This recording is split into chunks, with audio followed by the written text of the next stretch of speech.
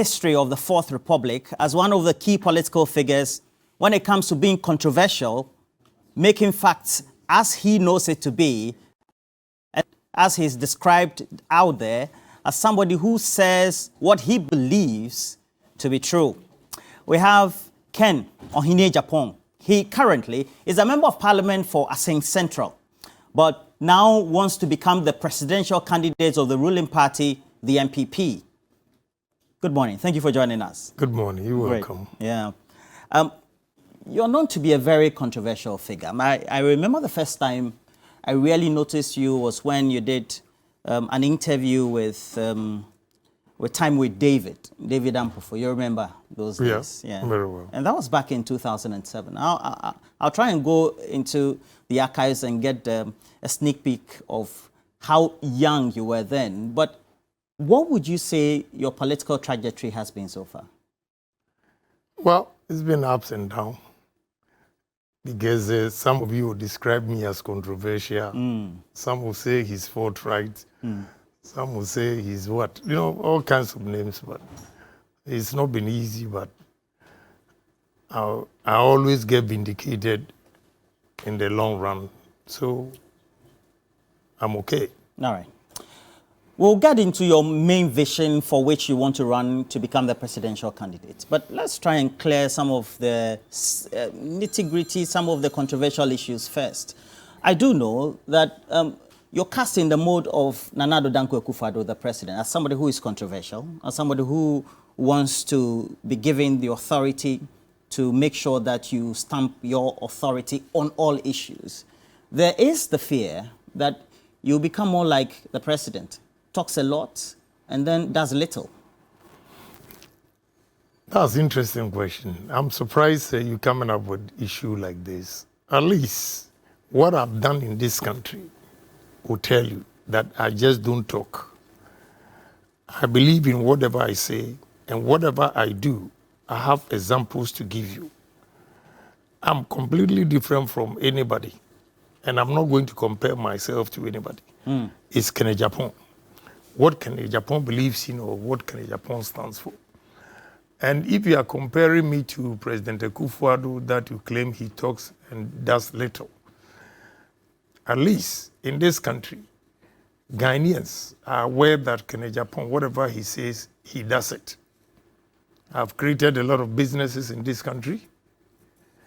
I have done a lot of good things to Ghanaians. Typical example is the 37 military hospital, where I'm building the cardio center.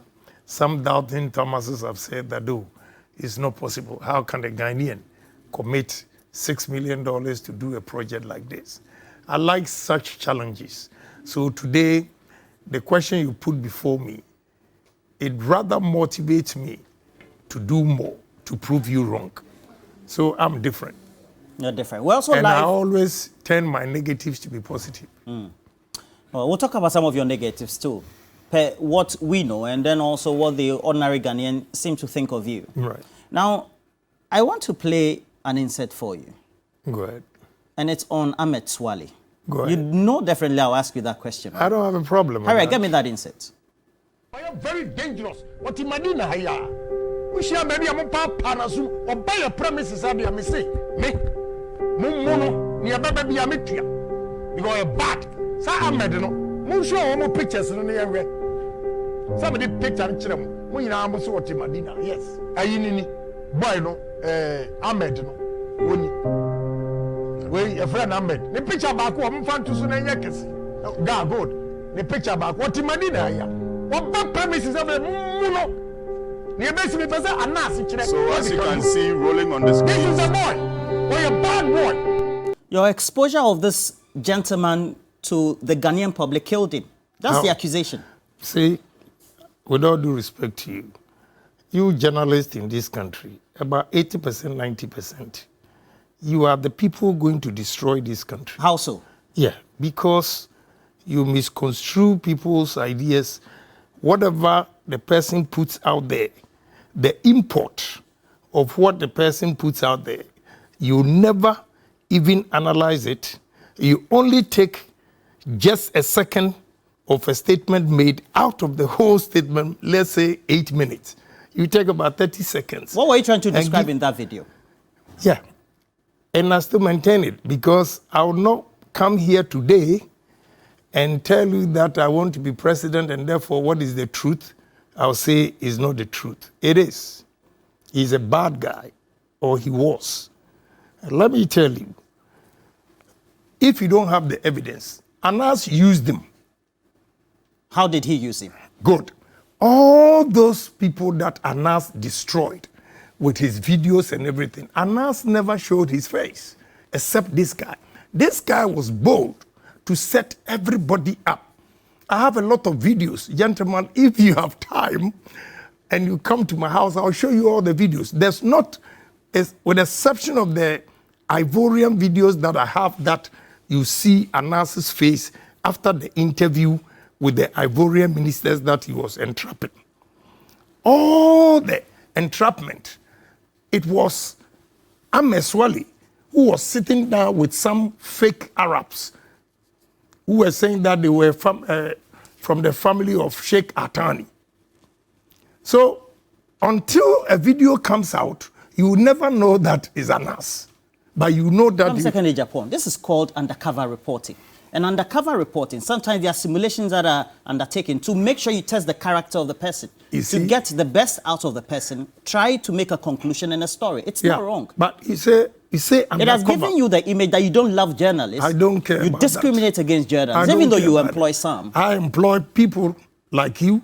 And how would you say that I don't like them? Not when you issue threats to them. How do I issue threats? You think you are the only human being who have blood in you because you're a journalist? I'm afraid I don't believe in that. Because this man, if you know the number of people that have been killed, if you know the number of people that have lost their jobs, we have to be fair to all those families that Anas and Ameswali set them up. You see, you didn't let me finish. It was Ameswali. You are talking about undercover. Yes, undercover. Undercover. Undercover. So why didn't he, Ameswali, also cover himself? Because he it's was undercover. there. No, you are saying undercover, but Ameswali was there physically.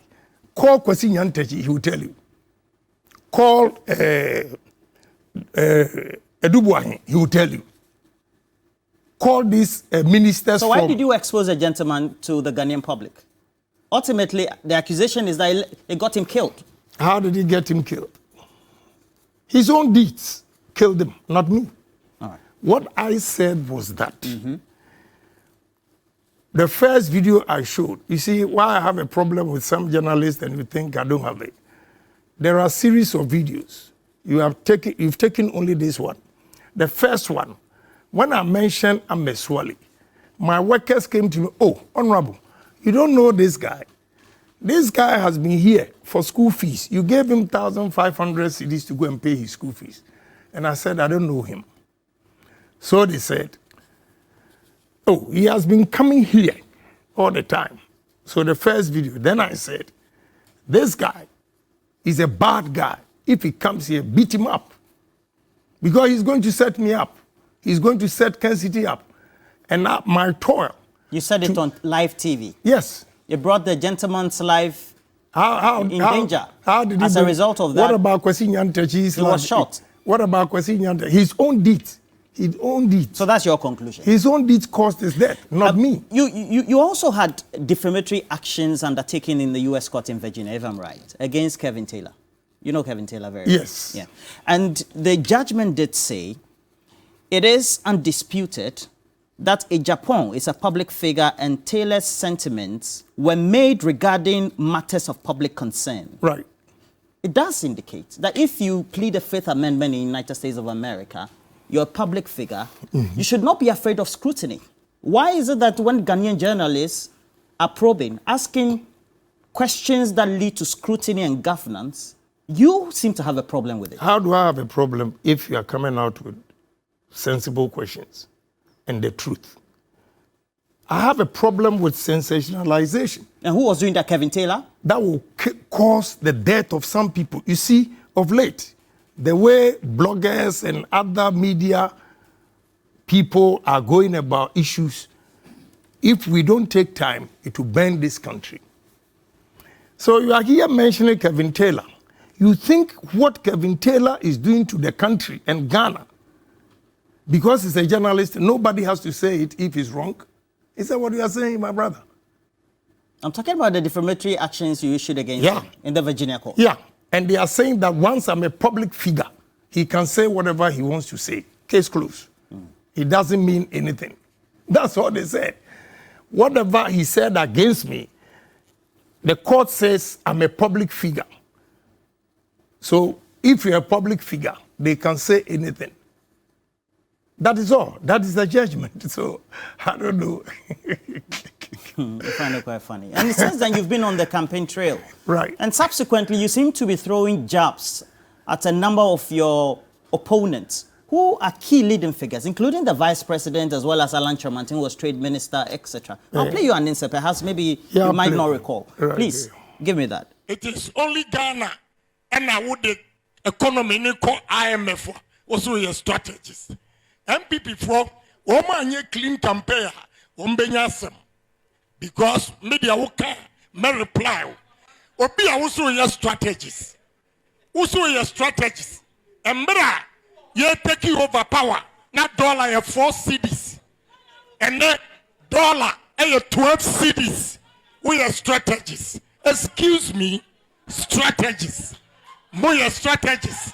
How am I throwing jabs? Mr. Ken Agyapong, while you seem to have taken the campaign by storm, you also seem to be rallying up feathers, angering people, including your own friends, who now are standing against you as presidential candidate. I don't care. Who are the strategies you were talking about? Yeah, who are the strategies? You see,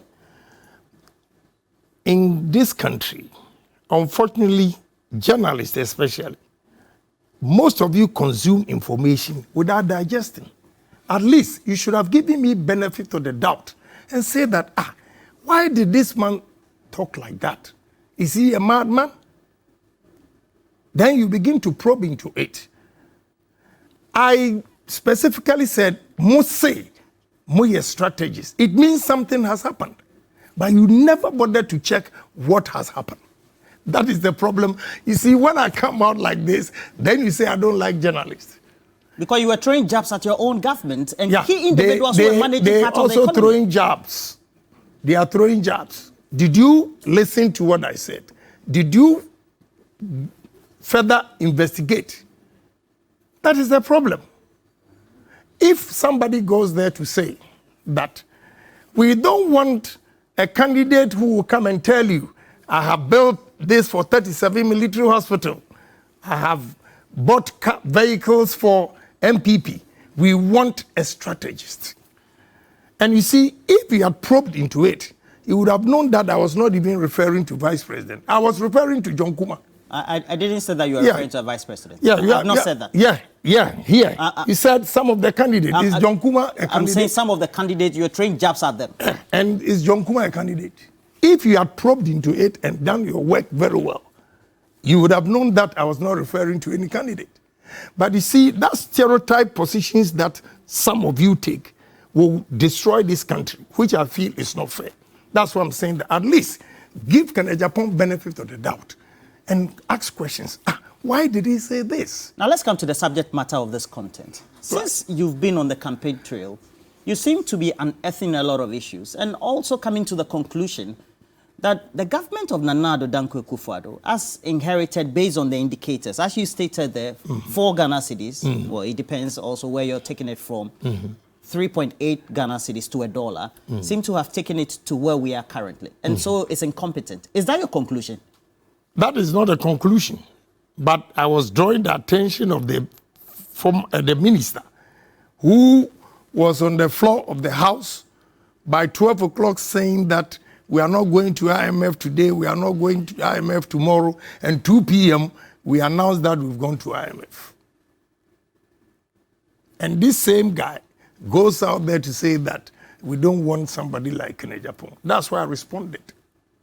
So that doesn't mean I'm saying that MPP is incompetent.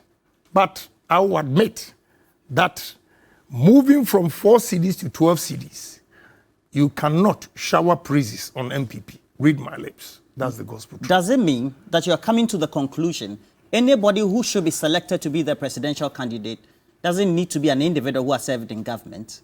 Is that your conclusion? That's not my conclusion, but it's a judgment of the voters. Those who are going to vote should know the terrain, what we are going through and everything. And one candidate that brings a new vision. What vision do you bring? My vision, pragmatism. Which is what? PAD means patriotism, honesty, and discipline. Patriotism, honesty, and discipline. In this country, if we can move this country, the situation we are in now, we need somebody who be bold to tell you to your face that what we are doing is wrong. And the moment I tell you, what's your name, please? Roland. My name is Roland. Yes. Roland. When I say Roland, this is wrong, you say, oh, Ken Agyapong is rude. I'm not rude, I'm confident. And here, in this country, Ghanaians misconstrue confidence to be arrogance. That is the challenge I have in this country. All what you are saying, everything that I've said have come to pass is the truth. And once I believe is the truth, nobody can threaten me because we are serving this country and Ghana first. So what I'm bringing on board as an experienced businessman or entrepreneur, my experiences, I'll bring it to bear because I have sat down, carefully analyzed the situations and the challenges of this country.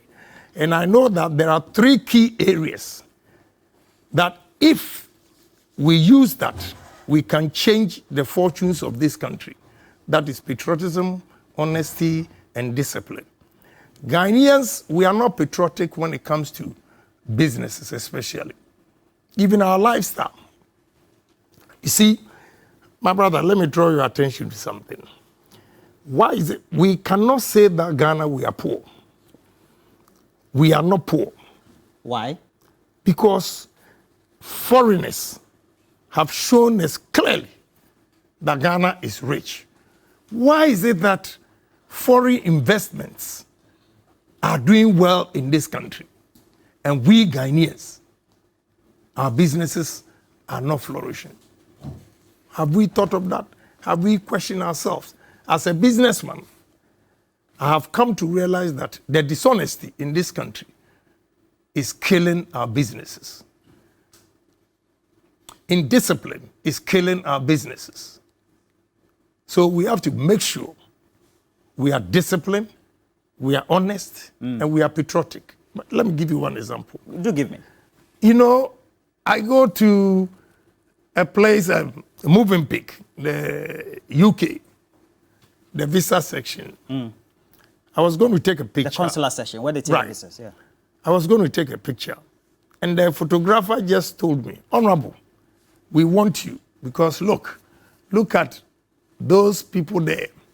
They have received visas and they are going. And I can tell you, if I'm not exaggerating, between January to June, over 1 million visas have been issued to Ghanaians. And it's a drain on our human resource. So I went there and counted them, those in the queue going for their visas. My brother, 9 a.m., 73. And you can see the joy in their faces because they have no jobs. And that is because of poor management of the economy. Yes. And the poor management, it is not only the government. Then Ghana, all of us. Who has the responsibility too? You see, the responsibility, I know that leadership by example, that if I say, Ken Agyapong, I'm not going to do this, and I make sure my subordinates are also not going to do it. I agree with you, we can make a difference. Are you the one saying this? Of course, you've not been in government. You know, all these things you're saying, we've heard it before. Prior to 2017, right, the president, then opposition leader, said we have so much money. You know about that phrase? Right. Great. And you are also echoing same. How are we going to know you're not going to turn out to be a failed Nana Addo Dankwa Akufo-Addo, the president? Well, I wouldn't say he has failed, but if that's your perception and your description. I'm drawing lessons from your conclusion that haven't gone to the IMF. That's failure. Yeah, because I said to NDC, and I still maintain it. If NDC should go to IMF and Ken Agyapong says they failed. So I'm taking a cue Then from you. You are saying good. that's failure. So I also conclude that's failure. But let me tell you, I'm a businessman. I've created a lot of businesses and employed a lot of people in this country. At least my works show that this man is a different politician. This is the first time in the history of Ghana that we are going to have somebody who has political experience, about 35 years as a politician and also 35 years as a businessman. So with this combination, some people say, oh, you are Donald Trump. I say, no, I'm not Donald Trump because he doesn't have any political experience. At least I've been in parliament for 23 years, so I know. So with the combination of politics and business, I stand out. And the business challenges that I've gone through And experienced. has given me the experience. That is why I've identified the problems. The word patriotism. I see that we are not patriotic. You know, because you cut in, that's why I couldn't finish about these visas. When you see a Ghanaian, my brother Roland, you see a Ghanaian holding American passport, he's so excited. When you see a Ghanaian holding a British passport, he's so excited. But you were in America, so why not us? I did not, never, check your records, change my identity. I had a green card. I gave it up. But I never took American passport because I cherish Ghanaian passport. Because you have a certain vision. Now, let me ask you. It's good that you're bringing all these things about honesty, patriotism, and discipline. It also means that we need these values to be able to manage the resources we have, the gold, the things that, you know, the reality is just being in business alone, creating a steel factory, having a chain of co-stores and other business chains, somebody will say, who is an astute economist, for example, will conclude, that is not enough to rule a whole country like ours, to take us from where we are to the top. So what about the person who has not even created 1,000 jobs, that he is fit? Who are you referring to? Dr. Mahmoud Bawumia or Alan Everybody, including NDC, all politicians. None of the politicians in this country have created employment more than me. Both NDC, CPP, everybody. So if those who could not even create 500 jobs, you see them or you perceive them as capable of ruling this country, how much more an individual who has over 7,000 workers in this country? And you are saying that that is not enough. I'm asking a question. I disagree. I haven't made that conclusion. I disagree with that. I disagree with that. And again, I've told you, at least I've been a member of parliament for 23 years. Next year will be 24. 6 consecutive terms in parliament. You see, I cut across business and politics. So give me opportunity and you see what I can do for this country. Well, at the end of the day, you first have to convince the delegates of the MPP first. Yes. One of the things that they seem also to be criticizing the Akufo-Addo-led government for is that you are one key person. And I remember, if you look at all the scenes, that very day in 2007, when we had the 17 people, ultimately the second round, and then we had that final acceptance speech, you were behind Nana Addo Dankwa Akufo-Addo. Yes. All this while, you'd been his right arm. Right. He's been taking us for a ride all this while. You never advised him. You had all these great ideas. Why? You see, my brother, it's a very good question you've asked. If there's a Akan language that was usikeswa was himswa. Akan adage. Right, adage. The usikeswa was himswa. That is, it means when you don't have enough money, whatever you say, people don't pay you no mind. But back to your question, you see, you can advise, and they can choose to take or leave it. Are you saying you advised Nana Addo Dankwa Akufo-Addo, the president, he never took it? Not Nana Addo personally, but at least the ministers that come before me, committee levels, I've served several committees, and I always give suggestions the way to move this country. Starting from Honorable Kwashige's time, when I was a Greek committee member, I gave them 2 proposals. For a third one, he agreed. First one, We did experiment. My company called Supercare, we took yam to Holland and did experiment. They realized the starch content in yam is the same as potatoes. And in Holland and all European countries, America, and they store yam potatoes for 8 months. So they are saying that we can store yam for 8 months. I gave them the technology. It's just simple blowers like this room, and you put the blowers like air conditioning, but it's not as cold as air conditioning. The temperature is like you still have the yam in the earth. And if you do that in layers, you can store the yam for 8 months. My brother, I said this. Nobody paid me money. Second one, I advised them that June, July, August, we catch a lot of fish. We are not able to store it and smoke it, so the fishermen throw them back into the sea. What we have to do is first build cold stores with blast freeze. Cold stores with? Blast freeze. You cannot just build only cold store. Cold store, the temperature is between -10, -12. Blast freeze, the temperature is -40, -41. So let's build cold stores with blast freeze so that when you blast freeze it at -40, 41 degrees for 24 hours, then you move it into the cold store, -10, -12. It meets international standard and we can export our fish. Laudable. Yes. Laudable. And this administration, have you advised any of them from the president to... Not the president, but... Did you advise the finance minister? Hold on. Who am I? Why not you? I seen them lay middle school.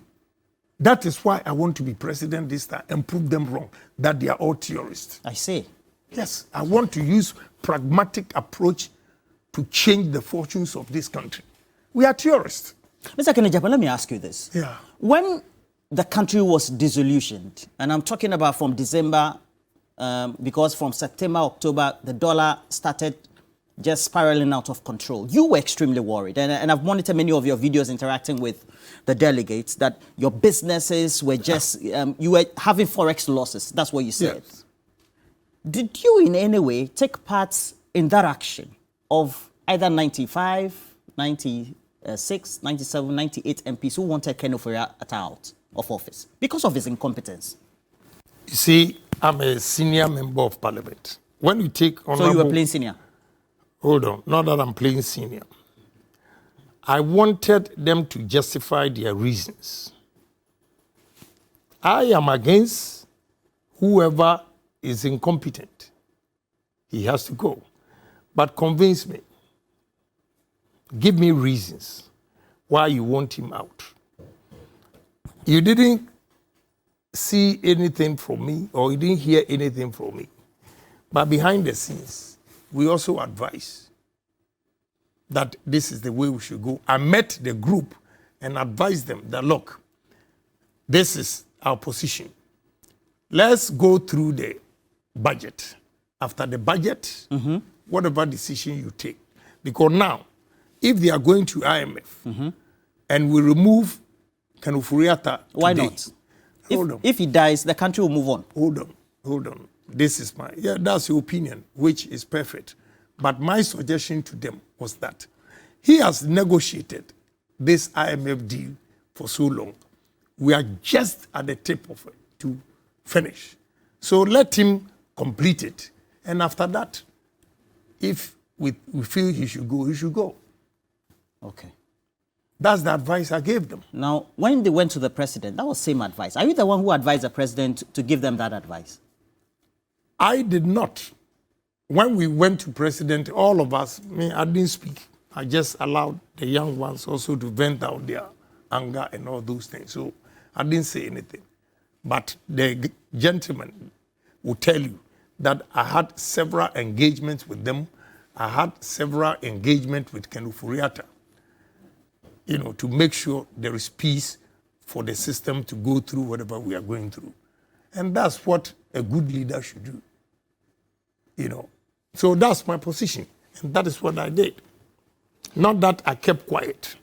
But You see, when we first went to Parliament, you know, the exuberance, the youthful exuberance. My brother, now I'm 63. Yeah, you have to take it easy.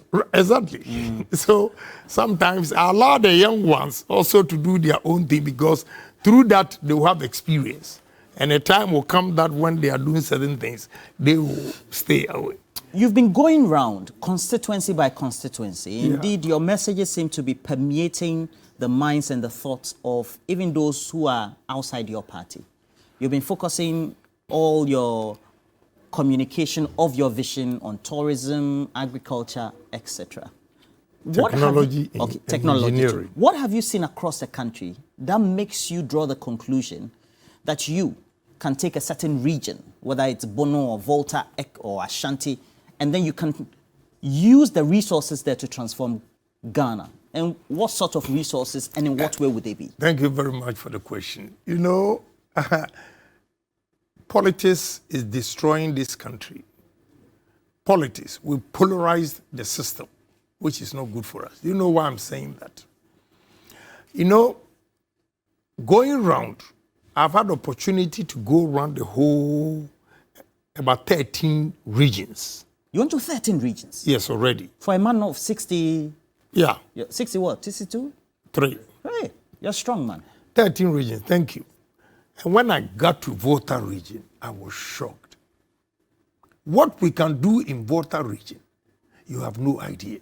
The land, the water bodies. My brother, let me tell you. Tell me. We have, myself, my partner, we have a cassava starch factory at Atibubu Mountain that we, Prime Chief, gave us 125,000 acres land. We've cultivated 30,000 acres of cassava, and we are producing 300 tons starch at Atibubu. And this month ending, definitely the new one at Prime, 200 tons. You see, the land in Volta region is more suitable for cassava and sugarcane even than the Bono East. Yeah, I see this land and I'm shivering. So what? Do we have leaders in this country? Including NDC, MPB. I've been joking with my... Why are you trying to equalize? You're going for an MPP primary. You're mentioning NDC. Let me finish. Volta region is dominated by NDC MPs. Okay. So when I went back there, I called my friends from Volta and I said, you know what? When I win, I'll put all of you on the table and lash you. Because the gift God has given to you, and you are not using this. Even yesterday at the committee, when I heard the lady was interviewing this, we took a decision yesterday on the ECOWAS. No, I'll ask you that. Then, the Constitution and Legal Committee, the ranking member is from Adaglu. And I told him, my brother, you are sitting on gold, not this galamsey thing. The land you mean have, Roxanne Nelson Dahamapo or who?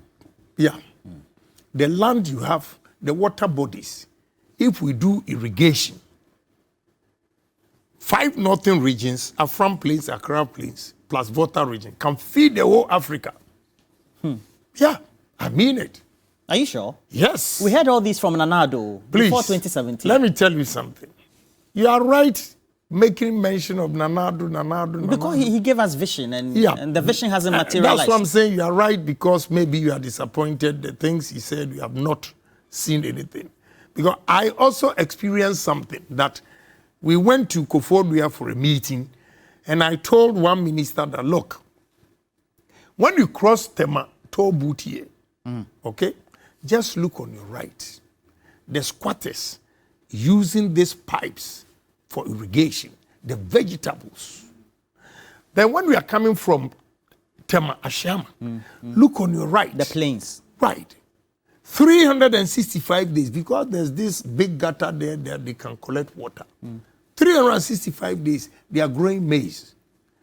So we have to irrigate most of our lands in this country. And that day, the answer from the minister, I just packed my files and left. He said irrigation is expensive. I said, which minister was that? I won't say anything. Which minister? I won't. Are you talking about Dr. Akuto? I won't say anything. The former Greek minister? I won't say anything. He told you, what did you say he said again? The minister said irrigation is expensive. Dr. Koto said the My brother, irrigation is expensive. I have not mentioned anybody's name. You same person, you will tell me I'm attacking somebody. So I've not mentioned anybody's name. Right. But the person said irrigation is expensive. I say, Jesus Christ. That person who said irrigation is expensive is thinking of short run and not long run effect. Okay. You see? So, my brother, if I have 125,000 acres and I've cleared 30,000 acres, and you say I cannot, let's go to the north. You know, one simple thing, they call something tama, they share not the fruits. The first time I tasted it, I asked them, so why don't we have tama fruits here? My brother, everywhere, all the 5 regions, they share not. You saw resources, Yes. natural resources that you Yes. can use to develop. Yes. Don't you think that it's now time for us, bipartisan, MPP, NDC, all the rest of the party, for us to have a national plan? I agreed. I agreed with you, 100%. You know, initially I said politics has polarized the system. That's what I meant. So we need bipartisan. But this bipartisan, I don't need myopic thinkers. Read my lips. You mean those you are contesting with, their myopic? No, you said bipartisan. And I'm saying that, yes, we need bipartisan. Meaning NDC, MPP, CPP, anybody who has the nation at heart should come on board. But I, Ken Agyapong, if I'm the president, I don't want any myopic thinkers. Because I dream big. And we have to move this country. Time is not on our side. So don't come and tell me, Nyamibeye, God will do what God will do. God has given us brains. He has created us a superior being over all his creations. And therefore, I think we need big dreamers, thinkers that can move this country. And loyalty is key. People who love this country, people who will not take Ghana resources outside to another country. If you do an analysis of the telecommunications sector, you even take banking. After Ken Ofori-Atta collapsed the banks, and then we have the telecommunications sector now dominated by foreigners instead of Ghanaian-owned entrepreneurs or shareholders. It has put us at risk. I have heard you many commentary before today wail over or cry over this present situation. How do we remedy that? Asia Miracle. Which is what? Asia Miracle, what they did with Hyundai, Sanyo, and all those, what they did was that they identified businessmen who are into business and having challenges. They called them to a table, round table, and asked of their challenges and decided to help them. And the help they gave, whatever amount of money that the government gave to them, especially Korea, they took shares. The government became a shareholder in the business. So now you can call it PPP. What? PPP. Which is what? Private-public partnership. Okay. But here, the PPP doesn't work because government does not go into contract or agreement with the investors and say that we are taking shares. Whatever money that we are giving, we are taking shares. You take shares to have control so that they will not misuse the money. That kind of discipline is what we need. To transform. Yeah, to transform. Okay. The Asia Miracle. And that is what I believe in. That Asia Miracle. Whatever we do in this country, we cannot allow only foreigners to have money. It's dangerous to the survival of our economy. So we need to promote Ghanaian business. But my brother, let me tell you the truth. We are also our own enemies. How so? Yeah, because of dishonesty. I see. I can tell you, if you like, go and check Commercial Bank, Exim Bank, the amount of money that has been given to these Ghanaian businesses for one district, one factory. Go and check. When you do that, do you expect any government to come back and give you money again. Okay. Even when we started Parliament, they had something like Japanese grant. The JICA one. Right. They didn't pay the money. They didn't have any companies. So that is why I'm saying that we are our own enemies. That is why I'm preaching patriotism, honesty, and discipline. Anybody, the Asia Miracle, let me explain it well to you. When they give you money, the money will not be handed over to you. But if you want equipment to boost your company, you give them the source of the... Like the way the Chinese do, for right. example. Then they'll send the money directly to the company. So when you give them 3 months, that the materials or machines will arrive in 3 months. The 4th month, they'll be there to inspect if the machines are in. If you give them excuse, then they'll give you another, if you say 3 months, they'll give you another 4 months. The 4th month, if they come and you have not done it, or you've not received it, they took the whole thing from you and give it to another person. That instilled discipline in those entrepreneurs. You know my conclusion. You seem to be a man of principle. You know what to do, etc. But you were there, your colleague, Cecilia Bernadapa, was keeping stash of US dollars, euro, while Abochis at airports were being arrested through the Bank of Ghana, etc. Why is it that you don't advise your colleagues to do what you do? How would I advise my colleagues if I don't know that he has this money there? My brother, how would you advise?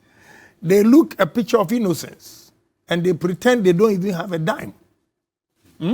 So how would I know that he has touched this amount of money for me to advise her or him? I'm not capable. And I don't have any information. And you see, right from onset when we started, you kept mentioning, you have this, you have that. And because of my honesty, a lot of people will keep all these things from me because they say Ken Agyapong is a loud mouth. Whatever he sees, he can't keep it. So such a person, will you even go and tell him that you have $100,000? So I'm not in a position to know what... When this became big news, the Cecilia Dapa Gate, right, or the scandal, right, when you were on the tour, what did you make of it? As an experienced legislator, an experienced politician and a businessman. You see, whether we like it or not, it's going to affect MPP. I'll speak the truth. I'm fair. When Victoria Hammer mentioned that if she makes $1 million, she's going to do A, B, C, D. Look at how Ghanaians chastised her. So the one who just said, if I get, and the one who has it. So it's a big problem. We cannot run away from it. We cannot. I'm telling you the truth. Whatever they're watching and listening, I know there'll be backlash, but God knows I've spoken Perhaps the truth. it will not affect MPP if you are elected. Yes. Okay. Now, you are a member of the Defense and Interior Committee. Right. Why have you decided to side with the executive, to send our innocent troops to go and so-called restore democracy in Niger? You see, you use our so-called. No, such words are harsh. Coming from you, that's a novelty. No, it's but not. You use harsher words. It's not. It's not. You see, when I use such words, it means I'm reciprocating action. Are you reciprocating action? No, I'm just quoting. Yes. You know, yesterday we sat on it. My brother, the security of this country is very, very important. If we make a mistake and we allow coup d'etats all over West Africa, tomorrow it will be me and you. And the first thing, two of us will go to jail first before anybody. One, they'll dissolve. The word is dissolve parliament. They will arrest journalists. Check all the coups. You see, So the security of this country is very, very important. And no matter the amount of money, prevention is better than cure. Prevention will not cost you as much as you are curing it. There's Boko. We never quell the insecurity there. We're going to Niger. You see, we have obligation as ECOWAS members. And you cannot run away from it. We have obligation because, in fact, the second most important country in West Africa is Ghana. I've been an ECOWAS member before. So it's an obligation. And this, yesterday, I posed the question and answered it myself. Why is it that Burkina, Guinea, and Mali, we didn't go there, and now we are going to Niger? Okay. Again, I gave a solution to it that this should serve as a deterrent because it's becoming rampant. Coup d'etat is becoming rampant in ECOWAS. So we should use Niger to serve as a deterrent that anybody who tries again, ECOWAS will come after him. Okay. And this is not the first time. All right. We've done that in Liberia, Sierra Leone. We've done that in Gambia when Yahya Jammeh said he was not going to hand over power and all those things. All right. Please get me that insert in which he was wearing a shield.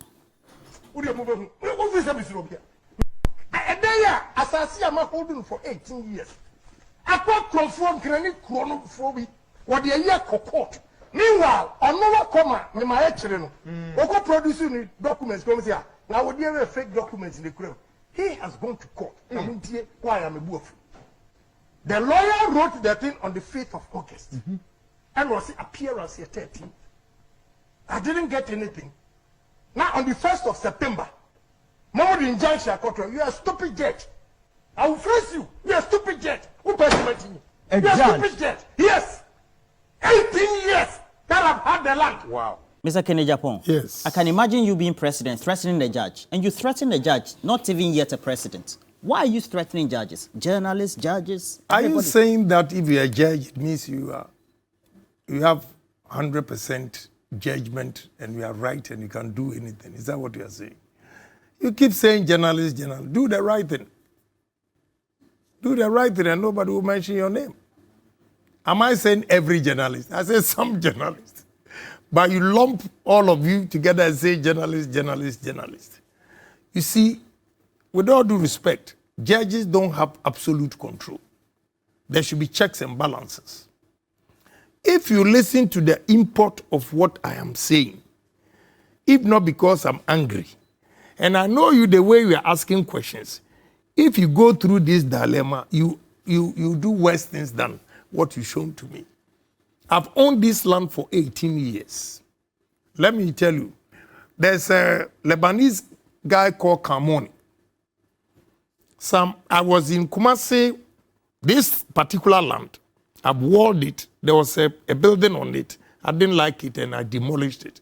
So I asked a guy to stay there. He's been there for the past 12 years.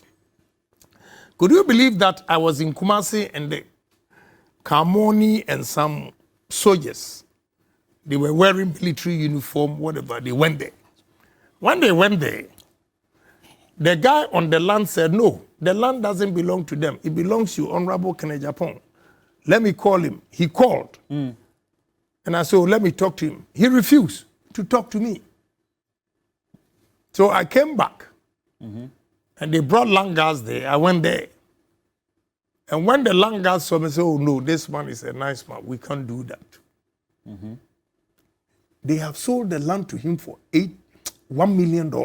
And so you had to insult the judge? Hold on. Now I'm coming.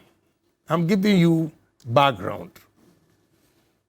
So this case over. Then another group also goes out there. You see the loopholes in our system, the law, we have to change it, some of them. You cannot say that I go to court and report that you have done this, and no investigation, nothing. You go and stop me from what I'm doing. Please. Are you saying they are judges and they are 100% right? So that's why you insulted the judge? Yes. Because 18 years. Nobody even called me to say anything. And you know what they do? It is not even the judge. That's why I apologize to him. Okay. The judge will give the orders. The bailiffs, instead of giving the thing to me, they will not. They will delay, they will delay, they will delay, and go back to the court to tell the judge that we didn't see him, we didn't do that. Then finally, they go and put it there. So when I went through it after my anger and everything, I went there. Then I realized the bailiffs are in connivance with those people who want to take the land. Okay. You see, but so you retracted. Yeah, I apologized to him when I realized it was coming from the bailiffs. All right. And all right. Hold your fire. I see that you are pumped up. Don't worry. No, I'm cool. Please play the next instead. I'm cool. And Dr. Mwakuba, listen to me here. Me, I don't like people like that. Honestly, I have vowed not to insult. Can never blast the beer. I grasp. Chief of staff called me. I went there. Said, now this is what she's saying. I swear my mother's grave. Chief of staff gave me 120,000.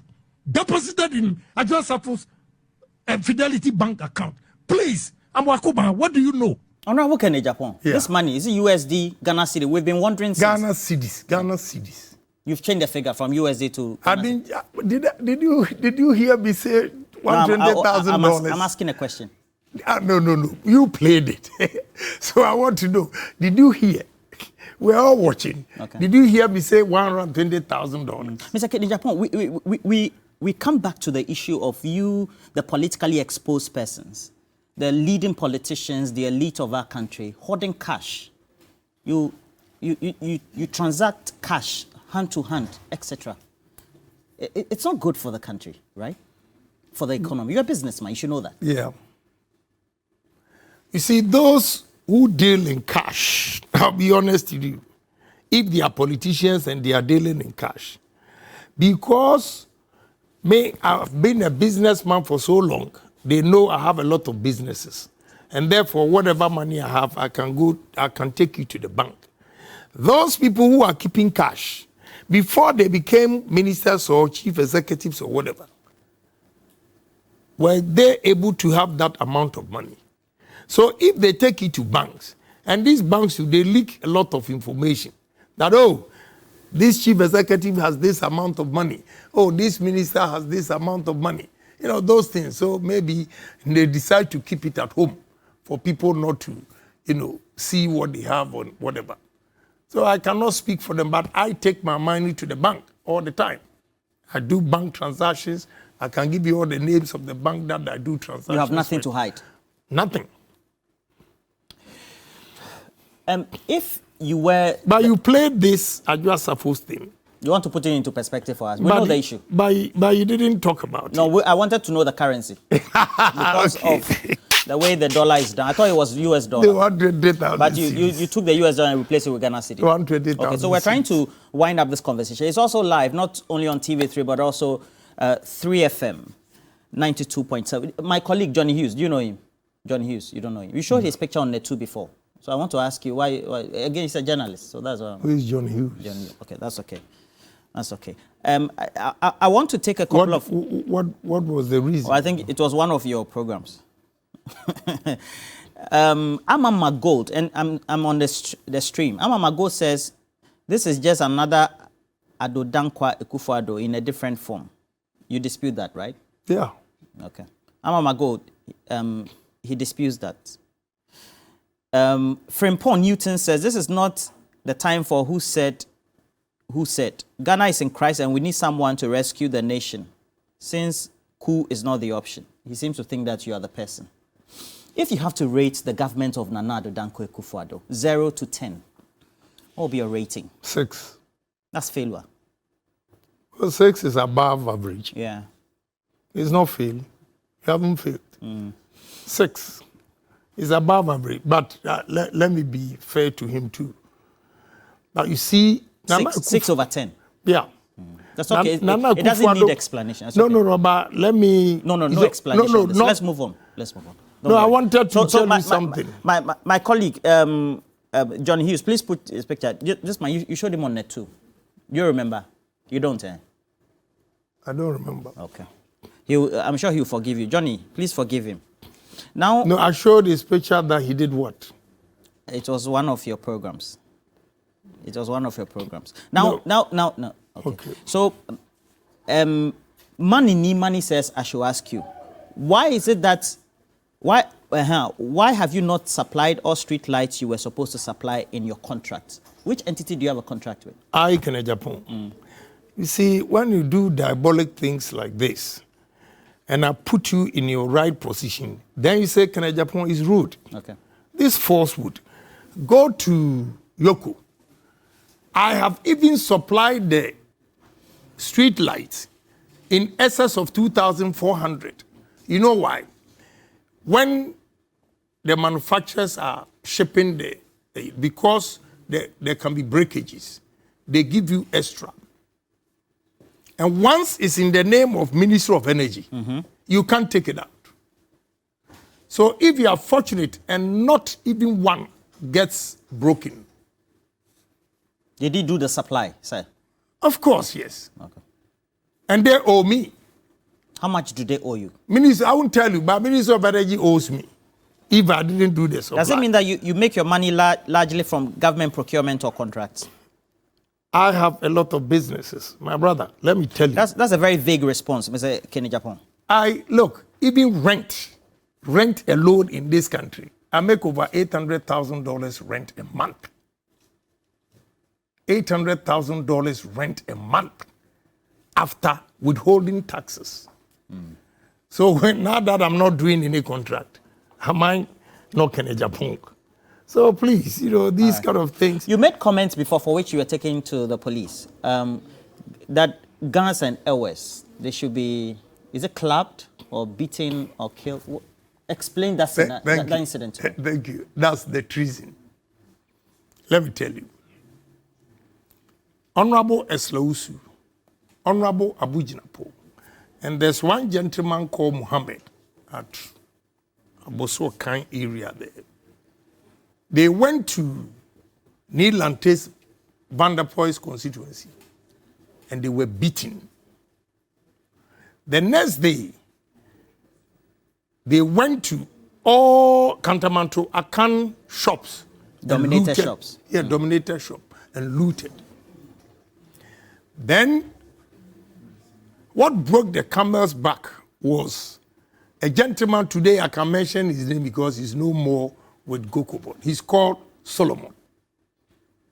He used to work at Gokobot. So Solomon from Nkonya came with 4 other guys, there were 5, to my house. That the chiefs in Nkonya and Biakuye beat the gongon and asked miners to go and register to vote. And they resisted, and they are beating MPP people in Volta region. So Solomon came to my house. I was in Tema. All these things, I said it in Tema, not the studio. So when he gave me the information, I said, let me call Oman FM for you so that you can put it on there. Then he said, please, I want you to speak on my behalf because I work at Cocobot. If they hear my voice, today they'll sack me from Cocobot. That's Professor Mills' time. So whatever I said was what Solomon Donko repeated, told me. Then I added Greater Accra. I said, if you think Greater Accra is your stronghold and we are beating Akans, if you think Volta region is your stronghold and we are beating Akans, then Ashanti region is also our stronghold. If you don't stop, we'll also beat guns and airways. This is what I said. And within an hour, this media. But you shouldn't have said that. Why not? Because it's a localized issue. Then you make statement that seem to nationalize an issue. You see, you have to be fair to everybody. MPP people are also human beings. MPP, they are human beings. But to tell you that today, if anything happens like that, I will not even say it. Because now you have changed. Not that I've changed, but I've learned my lesson. You are changing. No, I've learned my lesson. Because you want to be president. No. I've learned my lesson because the people that I fought for do not even appreciate. And this has become albatross. If I had died, because if they charge you treason, it's very serious. But when they played the tape in court, severally, they brought Institute of Journalism for them to come and translate it and everything. There was nothing. That is why I was set free. That's your camera. Speak to your delegates. I give you 30 seconds. Right. Appeal to your delegates. Look directly into the camera. Right. The camera there. No, all I can tell my delegates is that it's enough is enough. The theories is enough. Let's give somebody who has pragmatic ideas to move this country. The only solution to our problems is to create employment for the youth of this country. And that is what I stand for. Check my track records. My track records clearly indicates that Ken Agyapong is for the youth. Ken Agyapong is for employment. And anybody who does not work in life has no life. So job. And that is Ken Agyapong. I want to create job opportunities for Ghanaians, businesses, and employ the youth that are coming. When you were in opposition, you said you jail Ibrahim Mahama. You haven't jailed. Somebody said I should ask you. You know, if Ibrahim Mahama, right, the business magnate. Right. Is he your friend? Yeah, he's a friend, but I always speak the truth. If you do something wrong... You've not jailed him? No, let me tell you. The level of dishonesty and our culture, that's why we have to change some of our cultures, the attitude. You know, I took Ibrahim to court. He paid 14 million Ghana cedis. Do you remember? Hey, you are a fine gentleman. You are very intelligent. Don't keep quiet. Do you remember? Make your statement. You know, he was not paying duties on his machines that he was clearing at the port, even on Sundays, because his brother was the president. I challenged him. I gave evidence. And Ibrahim Mahama went to court to pay 14 million. So what have I done to the nation? And he went out there begging. So I'm surprised that President Mahama is saying that I've not been able to jail his brother. When they went behind, were big chiefs coming to beg for him. All right. Thank you very much. Thank you for passing. I've enjoyed the interview. I hope that you come the last round before. I don't have a problem. Okay. If you're not able to come before the election, when you are elected to the presidential candidate of the MPP, come let's have a conversation. You'll be the first person I'll invite. Thank you. You're a nice man, apparently. Please make sure you get interactive. As always, we have 3FM 92.7, TV3 Ghana, Facebook, Twitter, Instagram, YouTube, and Threads. Well, as you know, we're going to have this uploaded on those platforms, but also give you snipers of great content as we have it right here on TV3 New Day as well as on 3FM. We'll conclude with this, a sneak peek into the past, taking an insert from the young Kennedy Agyapong in his 40s. What the opposition is saying is right, but because it's your party's agenda, they whip all of us to go and vote. So sometimes, if you are not strong enough, you might vote without thinking, because that is the agenda. But you don't have a choice anyway. I mean, you just said that, I mean, you don't have to think. You have to do it because they ask you to do it. Well, but you should ask yourself, what you are being asked to do, is it the right thing? But does that happen? That's my